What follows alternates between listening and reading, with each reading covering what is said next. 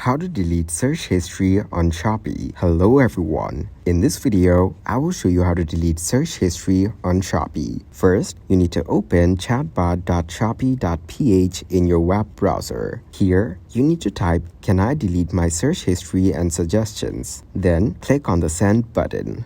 As you can see, the chatbot gives us a quick answer stating that the option to delete your order history is not available at the moment, according to Shopee rules and regulations.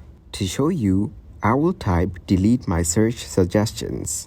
So as you can see, the option to delete your order history is not available right now. So this way, you can check and try to delete your Shopee search history.